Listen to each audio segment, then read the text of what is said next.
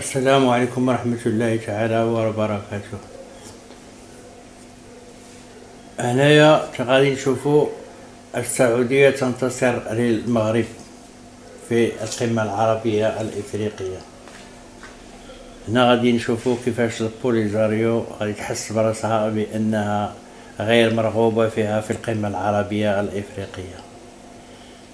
هنا غادي نشوفوا البلاغ الذي وصل من السفارة السعودية. لن تنعقد القمة العربية الإفريقية الذي كان منتظرا أن تحتضن المملكة السعودية أشغال نسختها الخامسة في وقتها المحدد، وهو يوم السبت المقبل، وفقا لما أعلنته رياض مساء أمس الثلاثاء في بيان صادر عن وزارة خارجيتها. أشار إلى أن القرار اتخذ بالتنسيق مع أمانة جامعة الدول العربية ومفوضية الاتحاد الإفريقي لاعتبارات إقليمية. هنا غادي تحس البوليزاريو بأن السعودية غير ترغب في انضمام البوليزاريو. وكما تضاربت الروايات بشأن دواعي هذا التأجيل المفاجئ، بينما عزته الرياض إلى التطورات الجارية في غزة ارتباطا بالحرب الإسرائيلية التي استدعت الدعوة لانعقاد قمة عربية غير عادية وأخرى إسلامية تختصان ببحث الأزمة الحالية وما تشهده من تداعيات إنسانية خطيرة. كشفت جبهة البوليزاريو من المقابل أن استبعاد مشاركته في هذا المحفل الإفريقي العربي الإفريقي. هنا حست البوليزاريو بأنها استبعادها من المشاركة، وخرجت ببلاغ تتهضر فيه.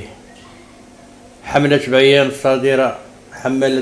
صادرة عن جبهة البوليزاريو زعمت فيه أن المغرب فشل للمرة السادسة في كسر الاجتماع الإفريقي حول حضورها، وأن المملكة حاولت إقصاء عضو مؤسس الاتحاد الإفريقي في إشارة إليها، لافتة إلى أن دويلات وحكومات إفريقية رأت في عقد المؤتمر شراكة كهذا دون حضور جميع أعضاء في الاتحاد سيعتبر إجحافا وتناقضا صارخا مع المبادئ المؤسسة للاتحاد الإفريقي. هنايا قالت لهم الاتحاد الإفريقي ما يمكنش، خاص جميع الأعضاء ديال الاتحاد الإفريقي يكون حاضر بدون استثناء. ويبدو أن القرار التأجيل حسم سلفا، أي قبل 7 نوفمبر الجاري، وهو ما تؤكده وثيقة صادرة عن سفارة الرياض بأديس أبابا موجهة إلى مفوضية الاتحاد الإفريقي ومجلس رئاسة الاتحاد، طلبت إحالتها وإبلاغها إلى كافة الدول الأعضاء في الاتحاد الإفريقي. تحدث عن توصيل التمثيلية الدبلوماسية برسالة من السعودية بشأن تأجيل قمة الشراكة المذكورة مقابل إبقاء على انعقاد القمة العربية السعودية الإفريقية الأولى في 10 نوفمبر كما هو مخطط له ودون تغيير حسب المراسل.